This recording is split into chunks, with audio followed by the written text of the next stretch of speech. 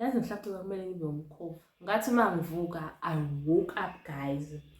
Engibuyisela something ukuthi ngiyikhothe and then throw it away after sengiyikhothile and then ngaphuza something. Ngifike ngigezwe, ngifike ngithathwe ngigcotshwe izinto. Ubhuti, I started getting ukuthi ubhuti is actually married, and not only married to one woman, it was two beautiful women. When you enter a club with right people, there's a certain way people behave. So they tend to play away from Izitsha A5. Kahle ayingifuni ngileke eThekwini. Nkosi yami ile ntokazi nje emhlophe uhle kwehlabathi solwandle. Even friend yakho lena ba taxi i3 is not a taxi owner. A taxi owner is someone with multiple taxis.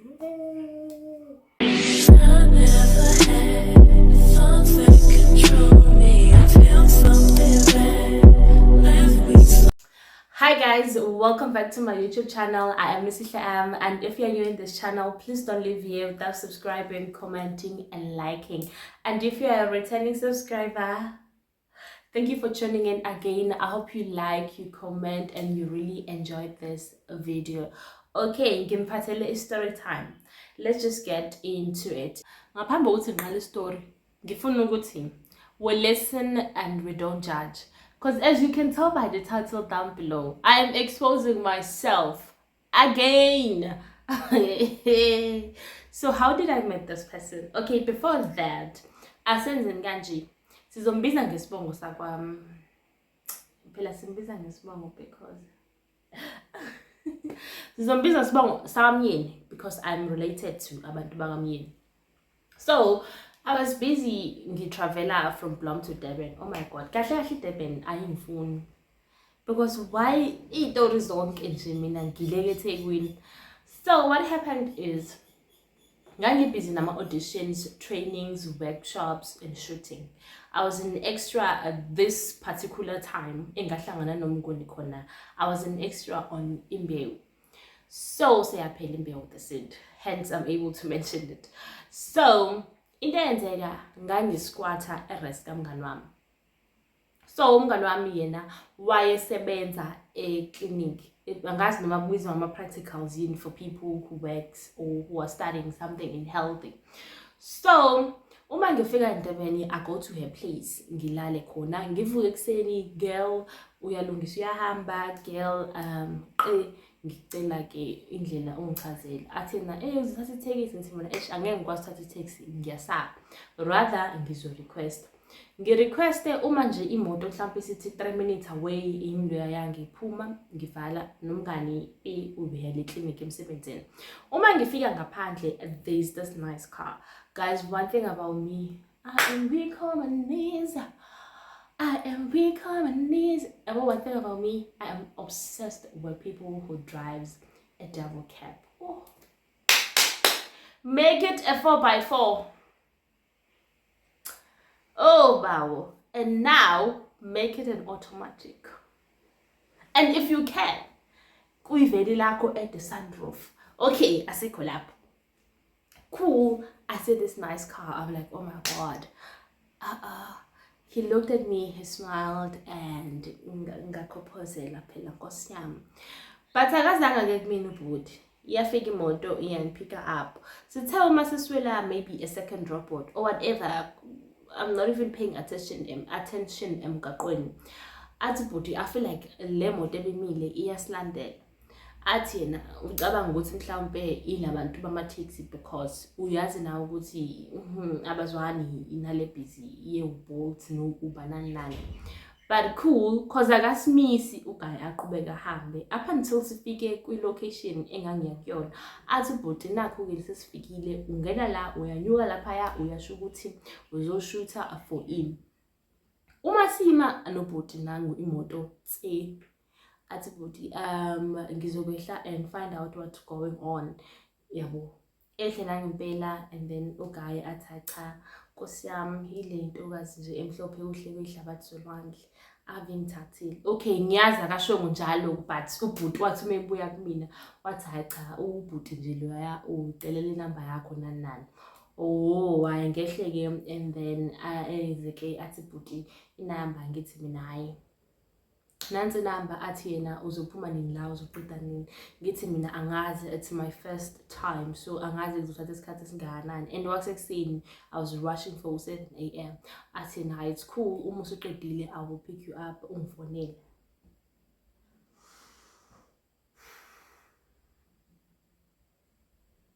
Hey bo, ngamfonela vele, hawu kanti ngicabangani, kathi nje uma ngiqeda ngamfonela. Hayibo, soulmate phela.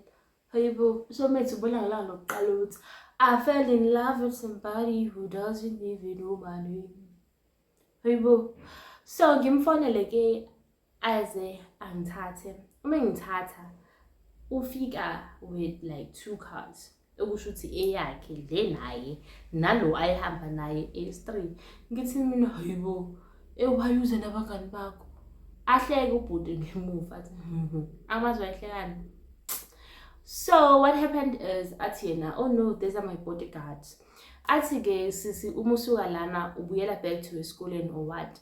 Ngithi mina, oh no, I'm squatting laphayana, so into ezokwenzeka is that ngizoya eclinic la ekhona khona ugirl, cause usezophuma, it was around 3 to 4 bese sisuka kanye and ngiyaseva cause kunjani sizothatha taxi than request.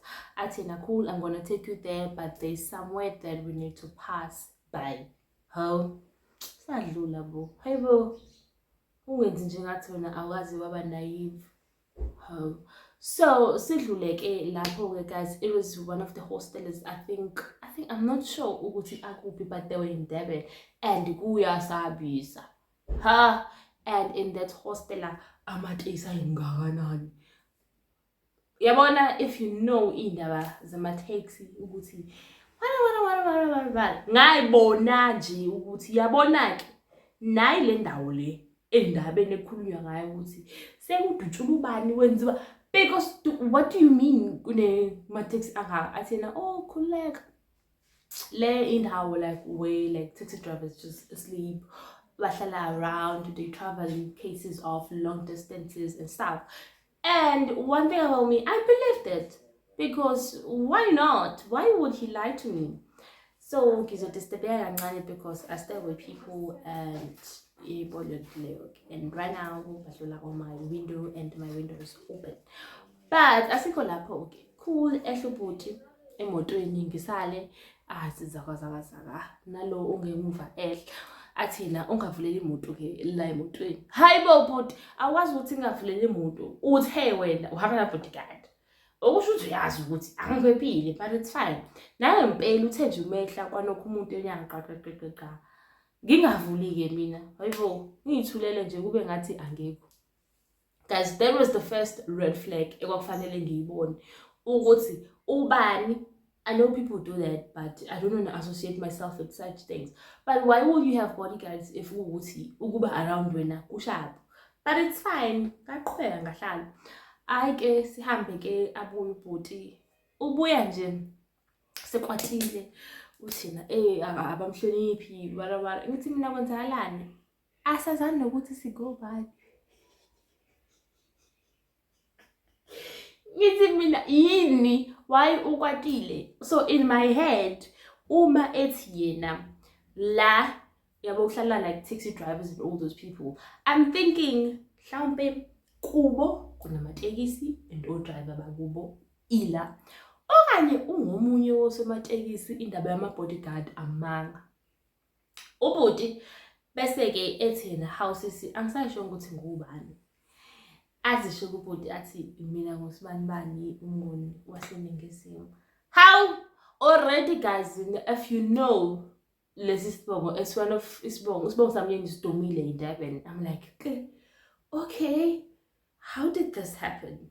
But it's fine, it's okay, I act cool. Now I'm aware ukuthi ubani. Guys, ngisho kungathiwa akusiye or ngisho already the surname carries so much power, isibongo sakamini. So hayi ngi-act nje cool ukuthi mina, oh Anosihle Mngomezulu, ngiyafunda ke eBlom, I'm studying this, I'm doing my 2nd year, all those things and all those stuff. Athi na okay, so la eThekwini kwenzakalani?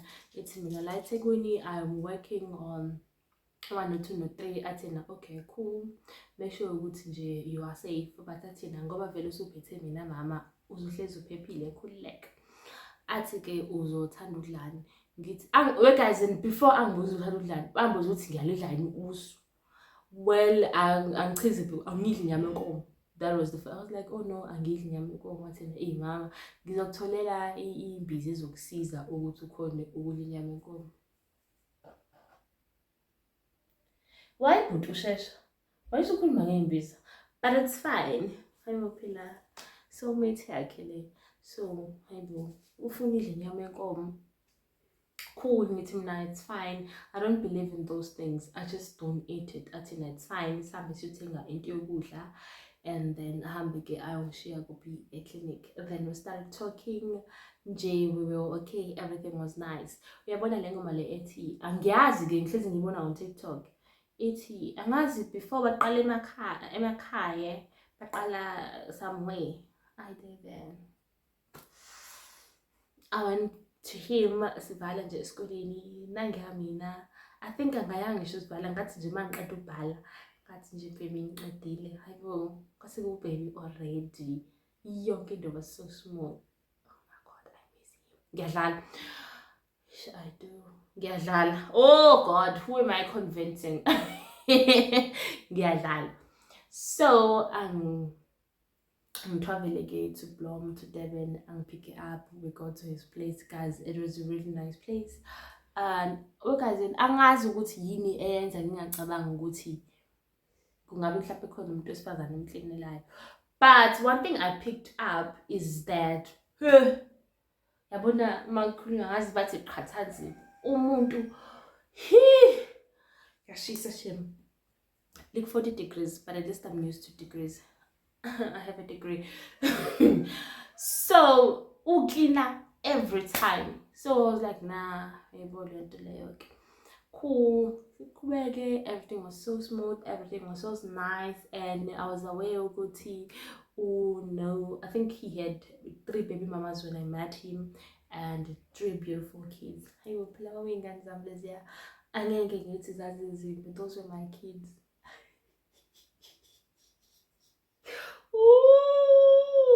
Why bola to zaba? Hi, why show Saba to love is blind? Why bola to zaba? So everything was so smooth. Okay, I will leave me and leave. And and we'll be like, oh no, make sure that you don't open for people here, blah blah blah. And then everything nje yahamba kahle asidlule kwi honeymoon phase because iyangibambezela story sami.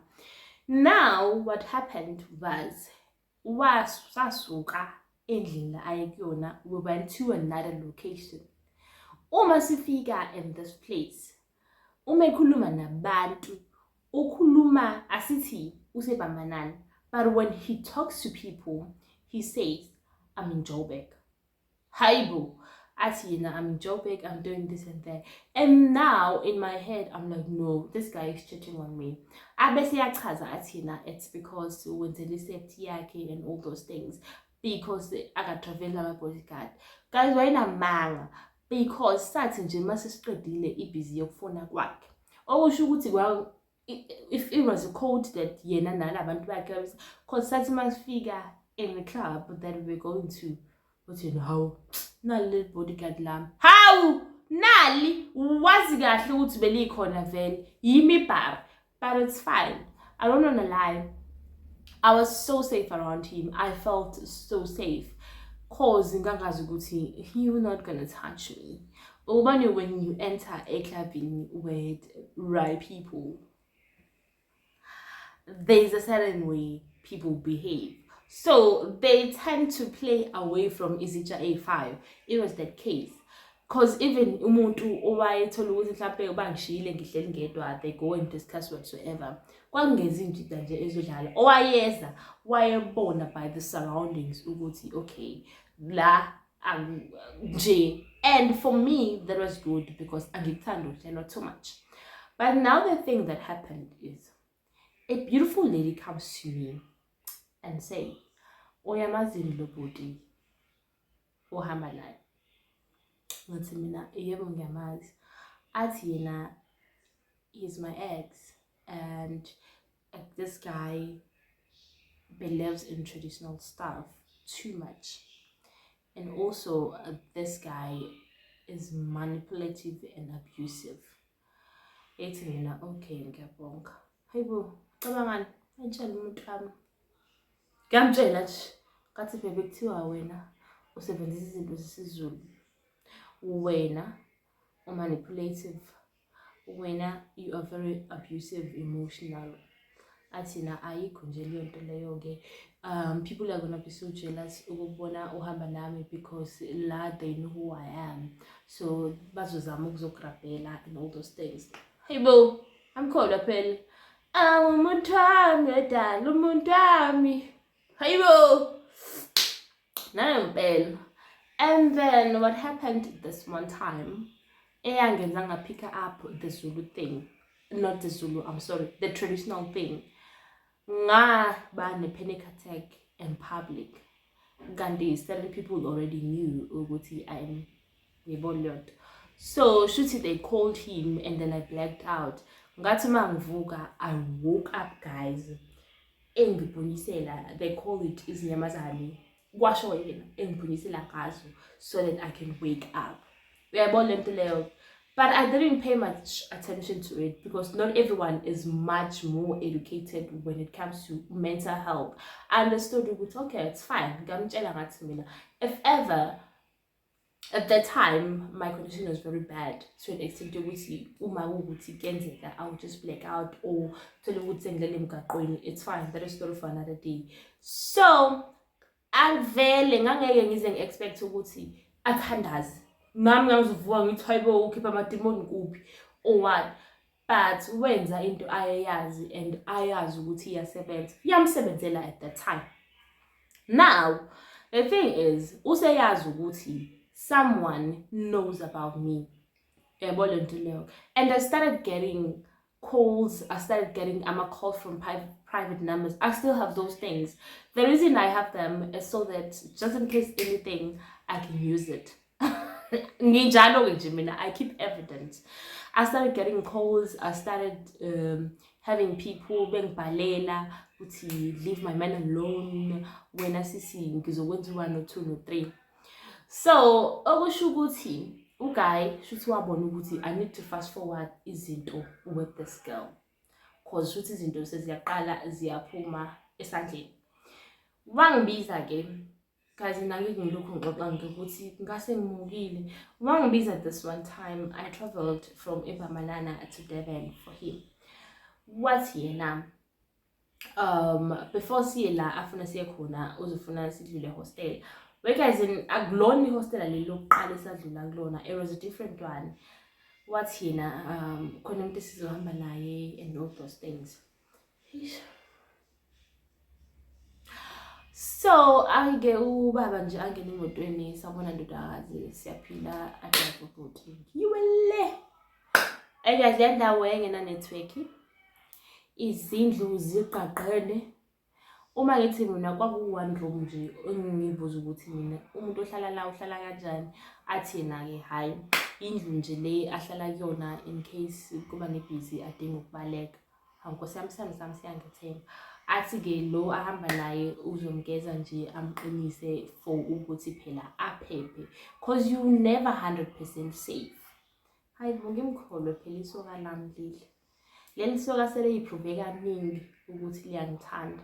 We talking about someone okwakuthi ngisho ngiseblom ngithi mina ngistakile la rank awumukeki. Athina let me check ukuthi akekho no driver or around ozokuhambisa. I'm talking about someone wayekwazi ukukhipha a taxi athi akandaba usigcwele kunomama lapho ngicela iphume ihambe. Ngikhuluma ngomuntu okwakuthi ngithi mina kwenzeka 1 or 2 or 3 at let me check if one of my drivers is there.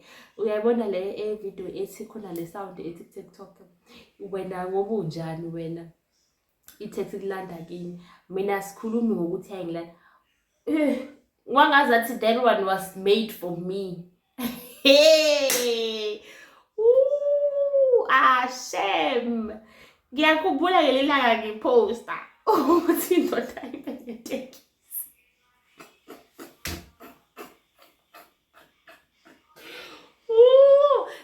ngithi mina washwele ngathi mina even friend yakho le number taxi i3 is not a taxi owner. A taxi owner is someone with multiple taxis. Hey. Hi. But okay guys, so I needed to get something to drink. Best thing, I think we were at the part. Excuse. I think we were talking about him and Tata and Yisam. Yes. So abeseke eyangichazela ukuthi uyazivikela and all those things. And then at that night my period started. So I think I expect I'm using an app and and then I started having cramps. Athi yena how ubhuti lo again bhuti ubaba yibonto uyakhona ukusiza angangitholela something. One thing about me because musazi isilumo uyazi ukuthi you take anything at that point. Ngathi mina as long as ngizoba right same time. And then banginikeza something ukuthi ngiyikhothe and then throw it away after sengikhothile and then ngaphuza something. And asaphila same time but ngaba nje yabo ngaba right. Sahlala naye and everything was okay. I think that was where ngaqala ukungabe right ekhanda because angazi indle engayiphuzayo and angazi indle engayikhothayo and ubhuti wayesembeke entendeni yesandla sakhe. So yonke into yabo leyasisuma yithi Lobot is manipulative, abusive. I started experiencing that. And he abuse yokuthi umuntu mekuhlupha or ekuthethisa or ekhuluma izinto ezingekho right kuwena understand ukuthi it's because ukwatile umuntu angasafuni ukuthi uhambe in public without umuntu amaziyo to an extent ukuthi even after I break up yethu ngangithi mangihamba I will see one of his people in that place.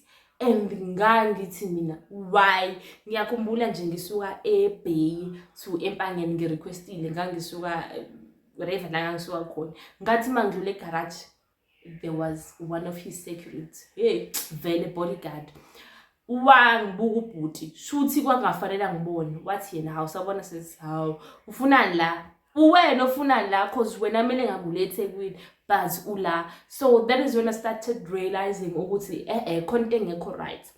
But phela usisi naive and usisi bayaqala manje bamcontroller with the medical the mental health condition ukuthi hi vele wena you see things vele wena awukho right, I have to make sure that you safe, I take good care of you, ngiyakhathalela even if singasekho ndawonye because to me you will always be my little baby and to me you will always be whatever le ngiyithandayo uyabona lonto leyo. And I understood. So we got back together and then when we started being together again, that's where things went south. Ubhuti, I started getting good to Ubhuti is actually married, and not only married to one woman, it was two beautiful women. And I feel like there's two beautiful women. They were aware of what Ubhuti is doing izinto ngaphandle. And into engikhathaza kakhulu ukuthi usisi lo omncane weza kumina and we had a conversation entshela ukuthi am I sure yini ngalento engiyenzayo because this person akayona lento engicabanga ukuthi uyiyona. And in my head ngangithi mina akekho umuntu wesifazane vele owazi kahle ukuthi you dating umnyeni wakhe ongavele nje akhulume kahle mhlawumbe because wangibona ukuthi no man, this girl is very young so akufanele ukuthi mhlawumbe ngize ngimlise, I should maybe ngimthuse and all those things. Kanti ungithusa nje vele Nkosi yami ngifake inzipho already. Ngitshela ukuthi mina ubhuti wayengihambisa to places engangazi ukuthi kwenziwani, ngifike ngigezwe, ngifike ngithathwe ngigcotshwe izinto and I was okay with it to an extent ukuthi I was like ziyenzeka vele lezinto. And maybe cause yena wayesebenzisa ukuthi oh no Sihle, this BPD thing is not like a medical thing, kahle for you it's spiritual, yebo lento leyo.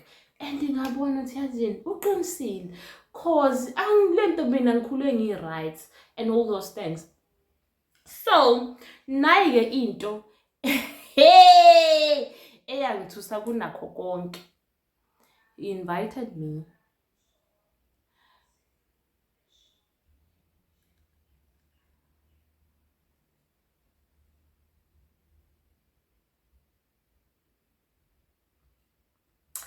I think my BPD is kicking in because yabo kuningi engifuna ukusho and angifuni ukusho part 1 no part 2. So now I keep on taking things everywhere. So nakho ke okwangimangaza kunakho konke.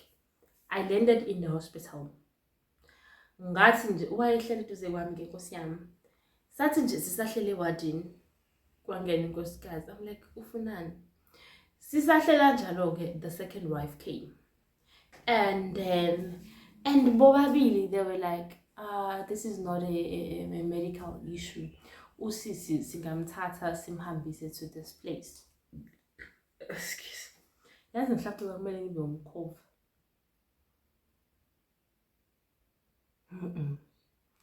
Ayiyenzi yonke phela sense. Lento ayiyenzi isense. Ayiyenzi isense. Ngangenzani vele? Yini le ngangenza? Azi I'm realizing things now. Kahle ezilapha umuntu ugula ngempela.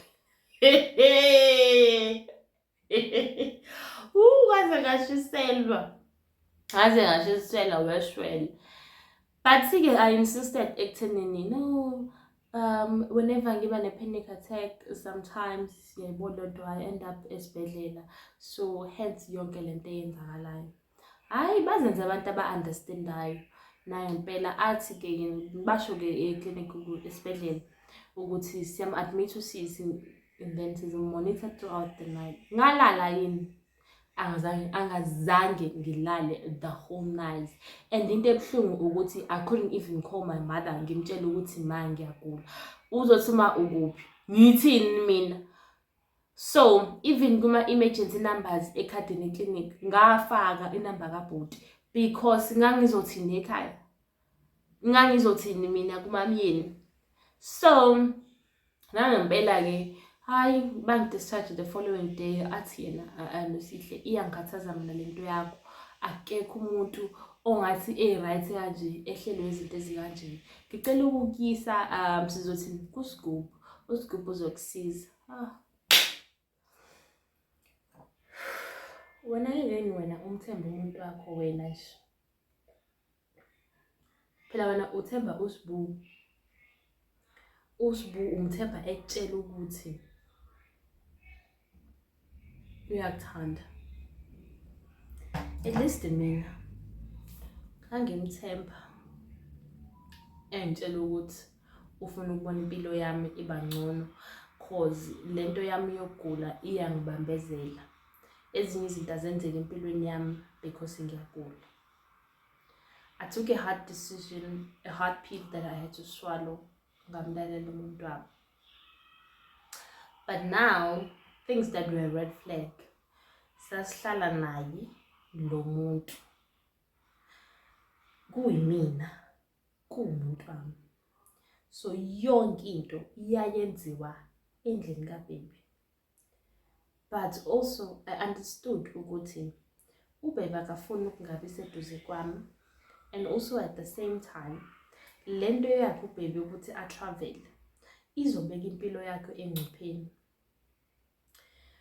Yabona ngiyakhumbula engishiya ngedwa in that house.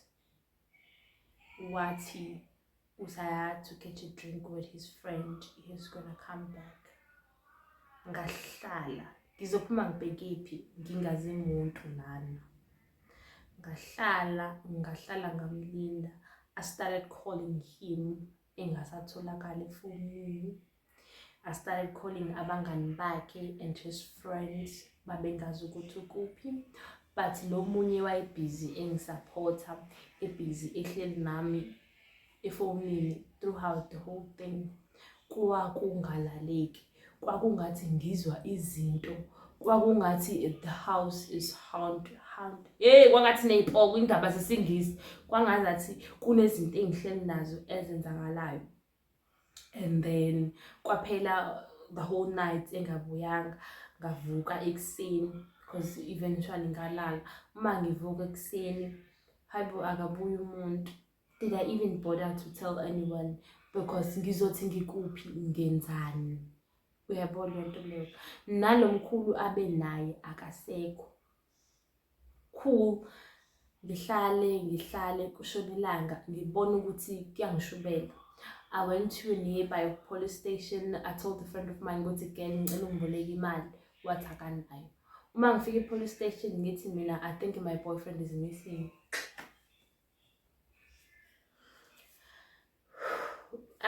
Bathi bona sicela ukubona isithombe. Yazi bavile nje bathi hawu uzobuya lona.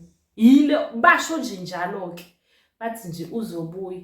Hawu uyambona nawe uyichama. I'm sure la khona uphuzile lele or something. And guys, I remember ngihamba ngikhala endleleni. Uma ngikhala, I started going through my messages on I think it was on Facebook at that time. I see this girl texting me, give me texted back. And manje ngimtexta out of desperation. Hi girl, I'm that girl you met clubbing me and you told me about this guy. He's manipulative, he's too traditional and abusive. Cool, vele uyichazile naye ukuthi uyilowo muntu lowo. Hayibo. Athi okay ukuphi. Ngisho mina ukuthi ngikuphi. Athi yena cha waze wamkhulu uNkulunkulu wakho. Waze wamkhulu uNkulunkulu wakho because akumele ngabe usaphila wena uma ngabe lapho ke. Ugaye ukushiye kuleyo ndlu because he knows you wouldn't survive. Wathi yena iyabona hayi abazali bakho bayathandaza sis. And in the back of my head I was like yeah they do. Ngabona lapho ukuthi hayi boze emabhozeni. But at that time kwakungasekho isikhathi sokuthi boze emabhozeni. Wathi yena if you can please leave that place as soon as you can. Ngithi mina ngizophuma ngephi? Angwazi nama-taxi ukuthi angaphilana and all those things. Athi yena if you can boleka imali mangani bakho uthathe taxi. Umani ubuze ukuthi ufuna ukuyaphi and then mhlawumbe bazotshela ama-taxi ukuthi atholakala kanjani. Nangempela ngenze njalo ke. Yimloya. I think ngaboleka imali to different people. Ngiboleka up until I got imali. I think ngathola 200 rand ngagibela ngafika edrobheni. Mangifika edrobheni ngizama ukufonela umuntu wami.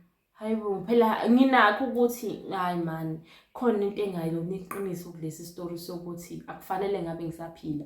The fact that he left me in that place, whatever abayishiye kule yandlu was supposed to do something to me and for me to not survive. Excuse. How nje irenge phone ayibambe. Athi right ngithi mina ngi-right. Athi na ukuphi kuyaxolisa ngivele ngathola ukuthi imoto yami ibe ku-accident and udriver ushonile so angibangi ngisasithola isikhathi nani. Okay, that was true. Nangempela ngithi mina it's fine ngizokulinda la edrobheni.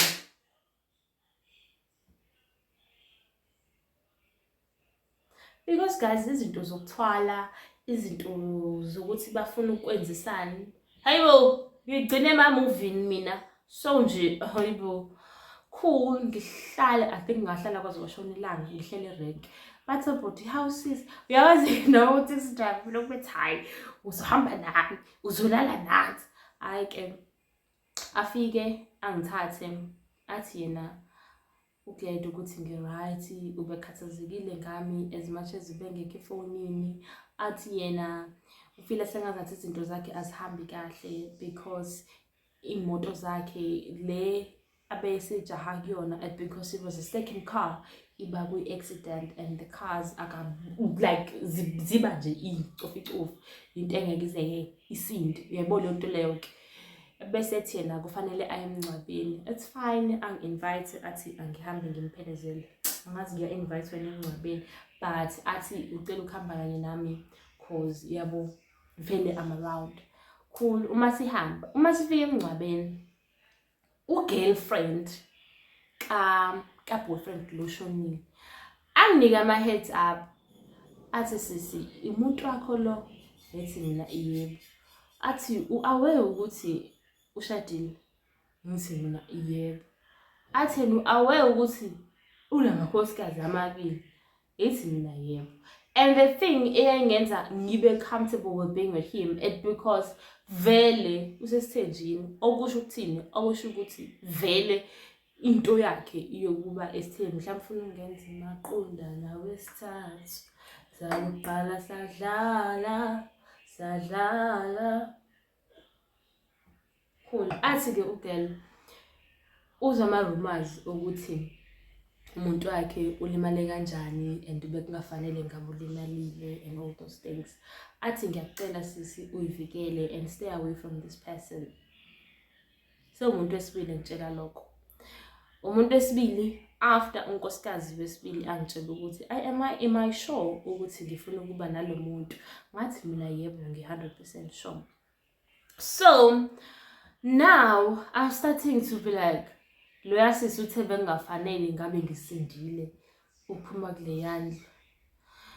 Nangu ugirl uthi umuntu wakhe bengafanele enzeni, yabona into leyo yonke. Ucela nje ngibe safe. Hayibo, kwenzakalani ngempela kanti lana? But iqiniso lithi ngase Yes? Hello. Ninjani? Siyaphila nathi. Angazi bengikuphi. Hayi noma ngathiwa bengikuphi, ngizodlula lokho okunye ngikukhumbulayo. So after the funeral, mina naye we drove back. And ngitshela ukuthi we were driving ebusuku. And guysini, wake wayibona imoto edriving akhanyisiwe. Thiwa, hey! Kuthiwa.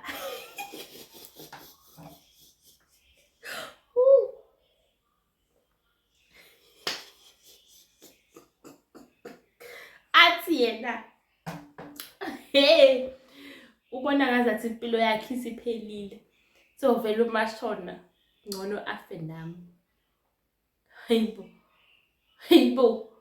Mina nkosami mamyeni uzadinga ngibakhele umuzi. Uzafuna ukugibela imoto yami yokuqala. Usho ukuthini ukuthi wena ngoba nanku wena suicidal. Usuya lapho zani. Nayi saze safika shame sinje imoto nje ibhodi nje eyipholele enhloko ethi nje. Luckily akwenzakalanga lutho. Another incident, we went out in like, it wasn't a club. I'm not gonna say it's a tub, it's a lounge. So lapha kunamina labantu bakhe ke ngidube. Uma ngiduba ngivele ngithi mina ngiyawalka ngiyangedwa endlini. Uma ngiwalka, there was a car following me. Kwakhona nenye yayeza phambi kwami. Kwavela qhamuka omunye ibhodi wathi sisi, alright ngicela ukuhamba kanye nawe. Sihambe kanye nami. Ebese ethi ubhodi, hayibo, yini le moto ebikulandela emuva iyajika.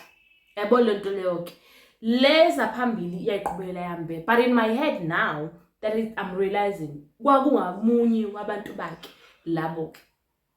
Uma ngifika endlini, guys, mina was so naive. I texted ngiyamtshela ukuthi ngifikile endlini. Athi yena, athi ngihambe ngani, ngithi ethi mina khona ubhuti ongiphelezeli. Athi na it's fine, vele bengikulandela ngibonile ukuthi khona umuntu ohamba naye. Ngimkholwe ke shame abuye ntambama, uma ebuya he comes a little bit drunk.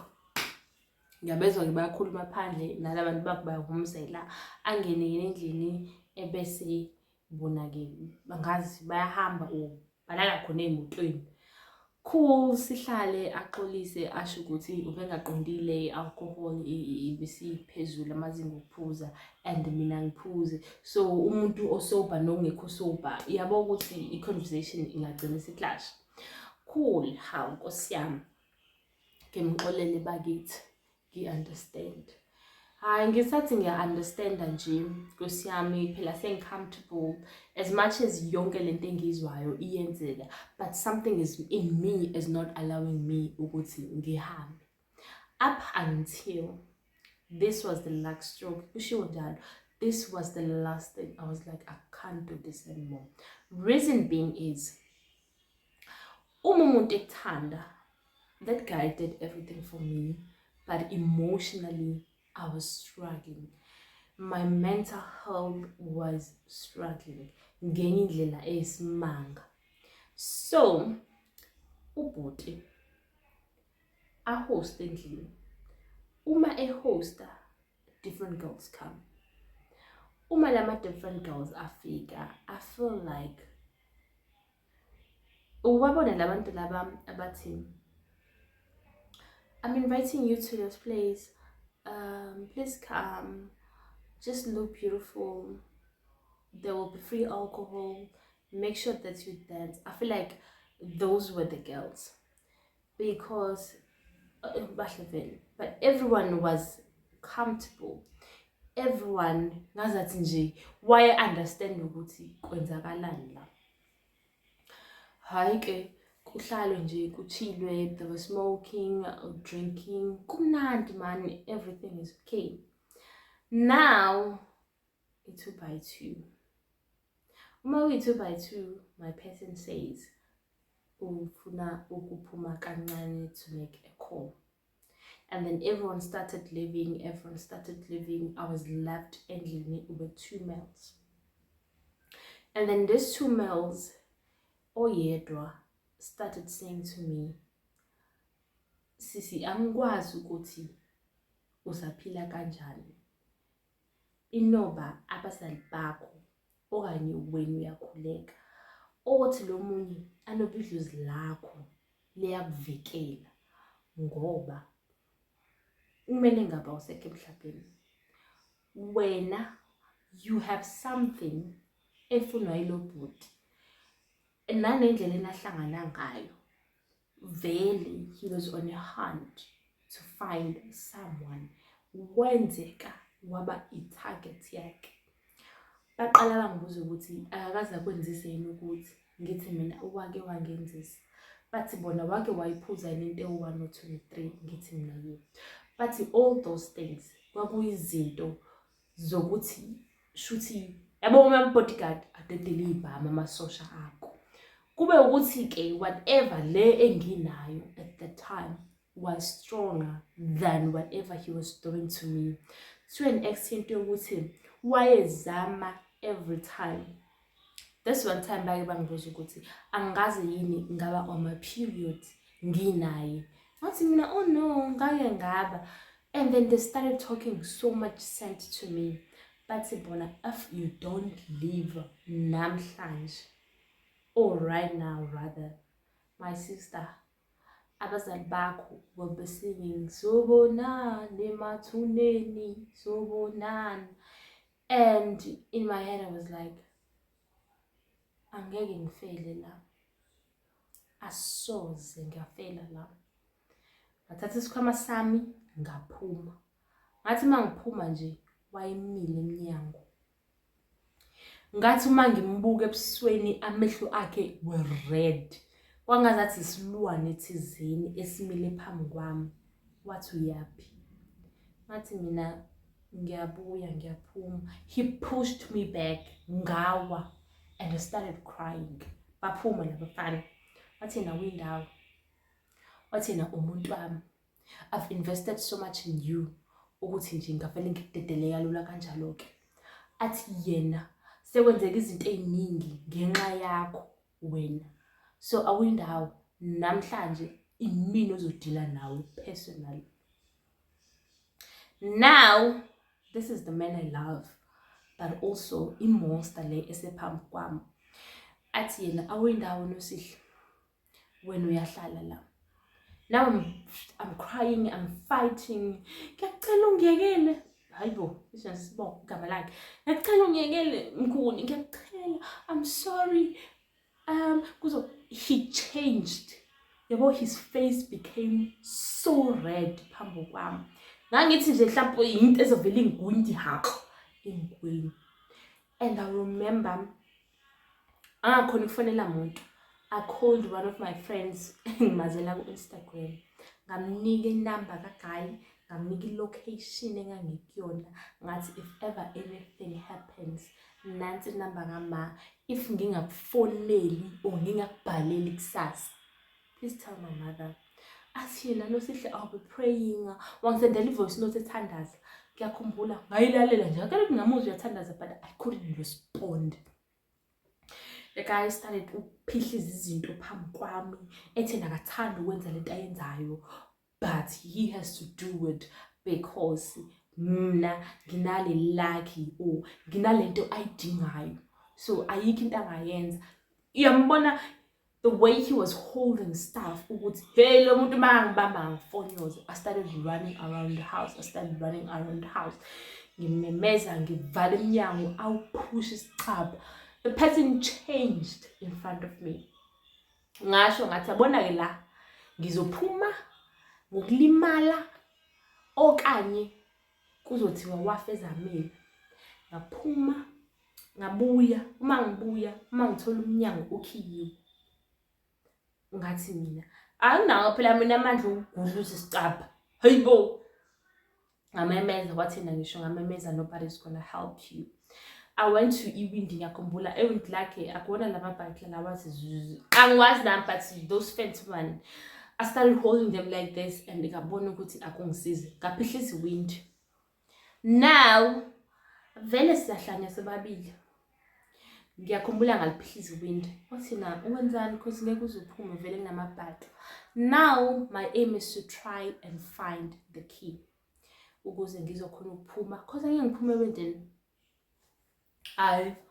Ayalwe nami ubhuti. Alwe ngisho ukulwa nami mina ukuthi silwe ulokhu exchange amagama ephosa izinto kumina engibamba ngodlame up until ngangena in one of amakamera yakhona ngalokha ngama ngathi God ngenzani kwenzakalani ngempela lami kwenzakalani.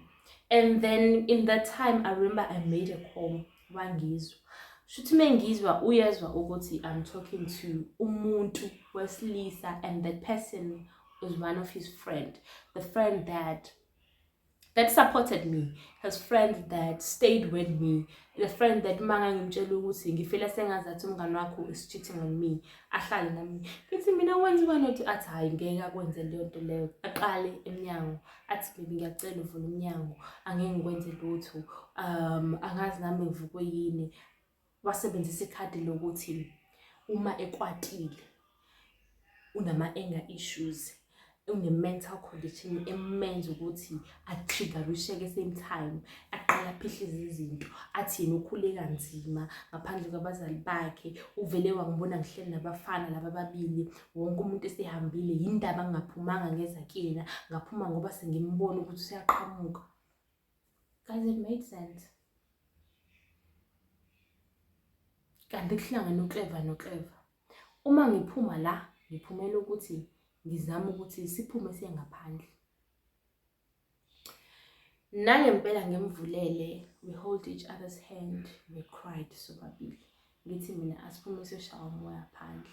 Uma siphuma nje phandle tshela ukuthi waye ngilandela ngemoto.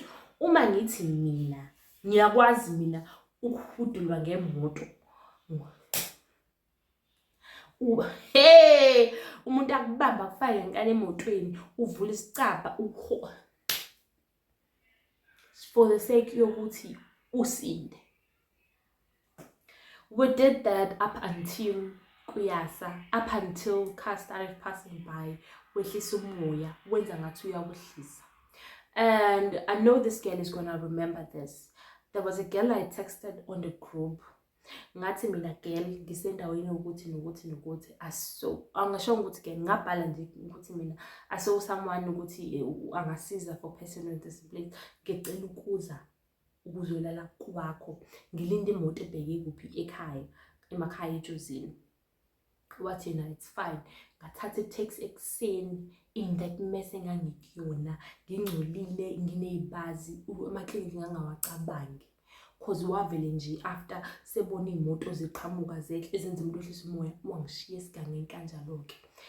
Ngahamba ngaya laphaya, ngiyakhumbula ukuthi ngicishe nje igama lami, ngiyakhumbula ukuthi umakhelwane engiphicka up cause umakhelwane wasekhaya wathi Nosihle right, why ula, ufuna la, kungani ubukeka kanje? Ngathi mina no, nje it's minor issues. Wathi yena it's okay, wangibuza ukuthi ungithatha kuphi, ngasho ngathi mina oh no, this is a girl angimazi nami ngihlangana naye egrouphini, but ngathi at least akumane kuthiwe ngisinde, ngizama ukusindisa impilo yami, noma ushonile but at least ulwile. Ngathi mangifika ekhaya I deleted his number, I blocked him on all my socials. Life nje yaqhubeka. On a random day wangibhalela wathi yena, hi, I bought a new taxi just to add on my collection.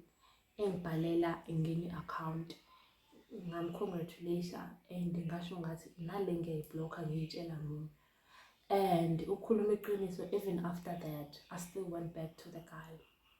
I went back to him, wayese-right, uwaxolisa and washo ukuthi he's going through counseling, is taking good care of his anger issues and mental condition, nje uyomphatha kahle. And I don't want to lie, he did that.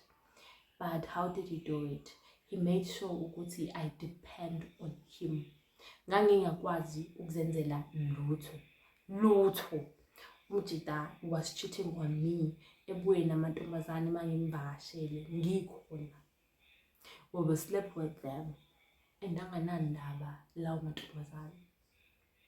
Up until I was like, enough is enough. I am taking myself back. Yebo kuzoba nzima ukuphila ngaphandle kaMnguni, but at least ngizobe ngikhona ukuthi ngiyaphila.